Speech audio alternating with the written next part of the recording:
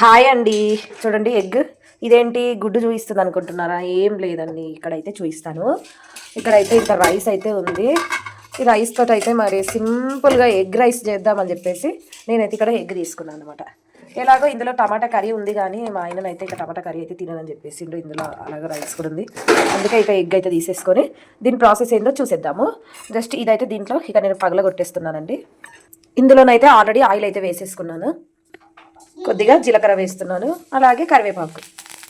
ఇప్పుడైతే ఎగ్ను అయితే పగలగొట్టేసి వేసేసాను. ఇక నైట్ కదండి, మేమైతే ఇక్కడ దోశలు ఆల్రెడీ వేసేసుకున్నాము. దోశలు అయితే తినడం జరిగింది. సో నేనైతే ఇక ఆయన కోసం అయితే ఎగ్ రైస్ అయితే చేస్తున్నాను. ఇదైతే దీనిపైన ఇక ఉప్పు, కారం, కొద్దిగా పసుపు వేసుకుందాం.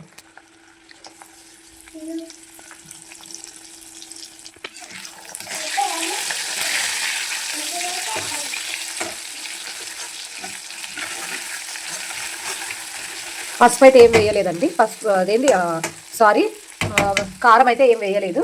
రైస్ వేసుకున్నాక కారం వేసుకుందామని చెప్పేసి ఇక ఈ రైస్ అయితే ఒకసారి ఇలా కలిపేసుకోవాలి. ఇక రైస్ వేసేసుకోవాలి. ఇప్పుడు పైన అయితే కారం వేసేసుకుందాం.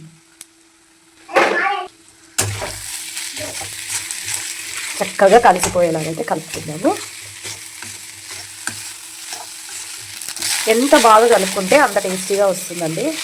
మంచిగా హై ఫ్లేమ్లో అయితే పెట్టేసుకున్నాను నేను. ఇక్కడ చూడండి, మంచిగా కలిసిపోయేలాగైతే కలిపేసుకోవాలి.